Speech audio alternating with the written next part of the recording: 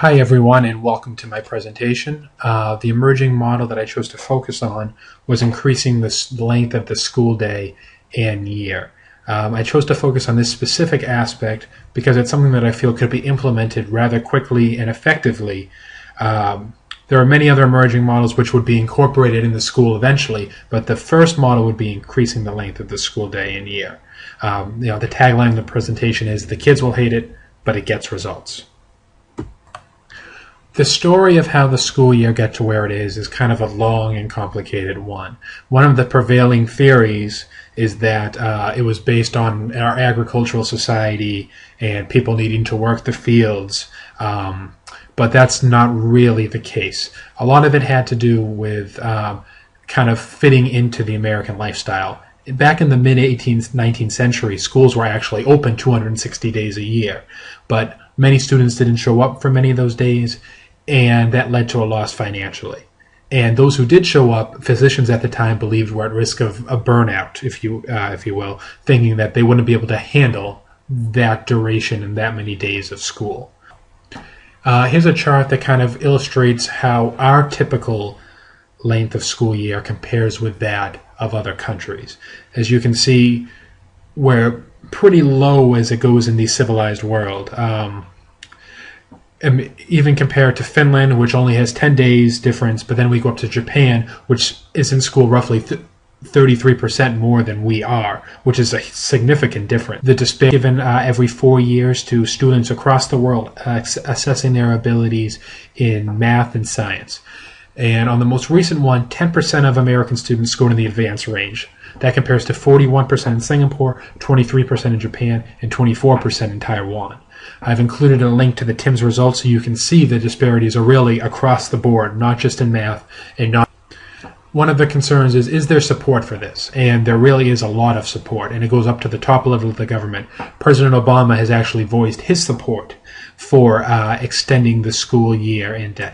President Obama, we understand there are discussions regarding the idea of attending school year-round.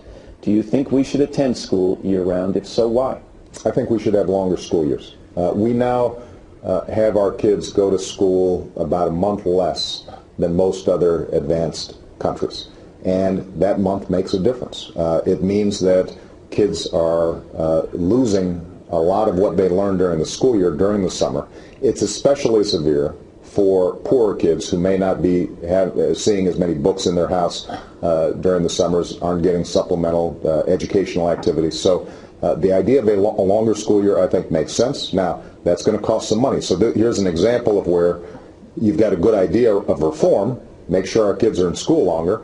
Well, that means the school is open. It means you got to pay teachers, custodial staff, etc. But I think that would be money well spent. As you can see, the president supports this measure as well.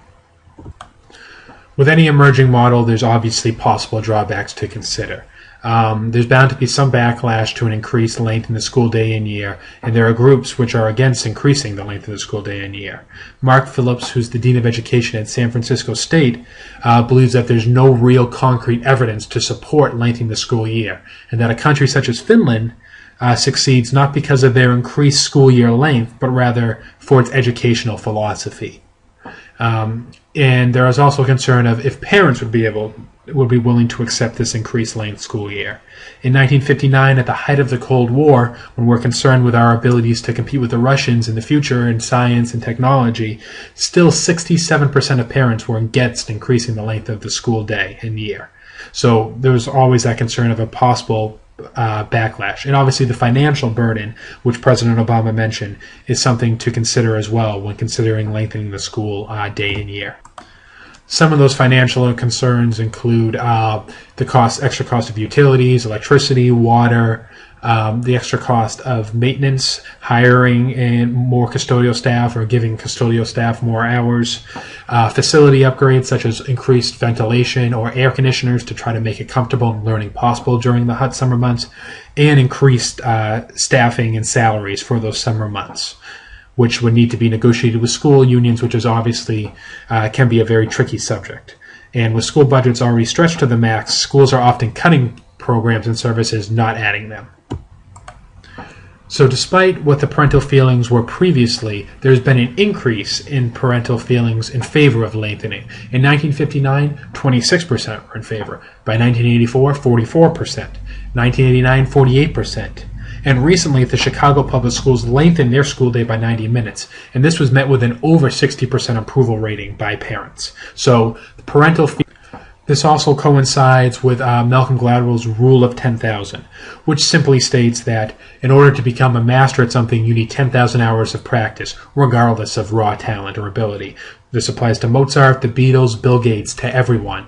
You need to practice to make perfect. So if you look at how our school hours compare to someone like Japan, the typical American student, if he goes to school every day, will spend roughly 1,080 hours in school. Typical elementary school student, whereas the typical Japanese elementary student will spend 1,485 days a year. Disparity leads to 3 full years of academic experience more for Japanese students than for American students by the time they're in high school.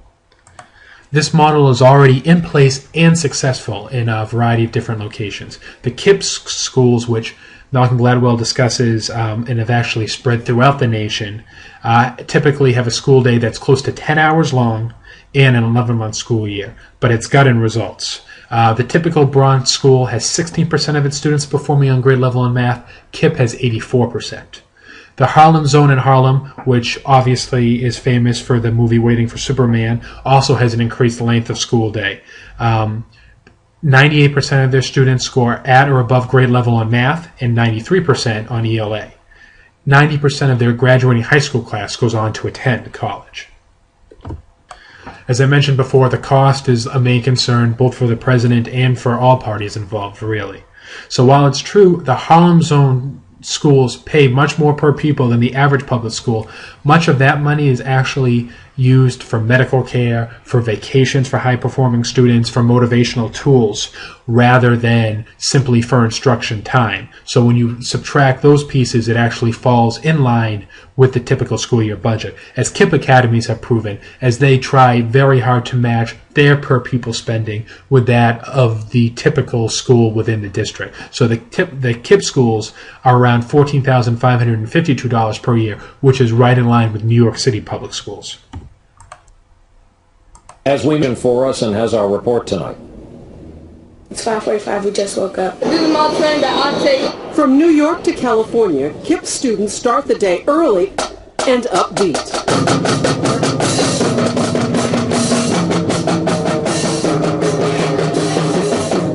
Good morning, 2015. In Harlem, by 7:35, the first daily test is already underway. The Knowledge is Power program, KIPP for short, serves 20,000 K through 12th grade students in 82 public charter schools in 19 states and the District of Columbia. It's an open lottery program turning students from low-income communities into high achievers. That's my future.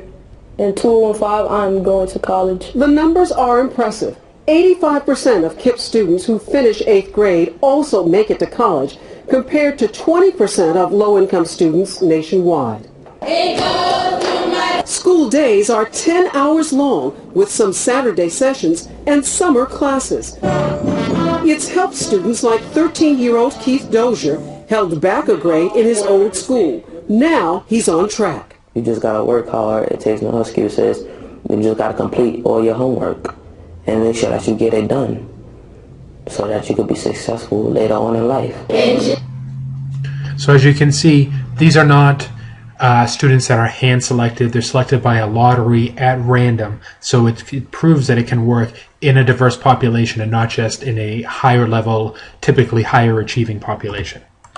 So what I view the model looking like.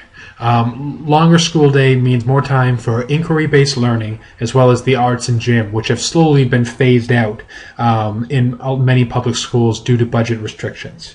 The school day itself will be lengthened by 90 minutes to accommodate these added activities. The school year will be extended through the summer months with breaks mixed in. The summer school week will be 4 days long with Fridays off, enabling students to still have fun during the summer, for families to still take vacations, easing some of those parental concerns. There'll be a break around July 4th, which is a typical traveling time, and a break leading up to Labor Day, which is a strong traveling time. So vacations will still be a part of students' lives. And the main focus of the summer instruction will be retaining the knowledge that they've learned throughout the year. This retention will enable teachers in the next grade to hit the ground running in September with new content and not have to spend all of September and part of October reviewing the content from previous years to get the students caught up. So, in conclusion, lengthening the school day and year is just one piece of the puzzle. I chose to focus on it because it's a piece of the puzzle that could be implemented across the board quickly with a couple quick union negotiations and some minor facility upgrades. Whereas some of the inquiry-based models, while beneficial and should be included in this model eventually, would take much more time to develop as a core curriculum and to train staff and to implement it within the district.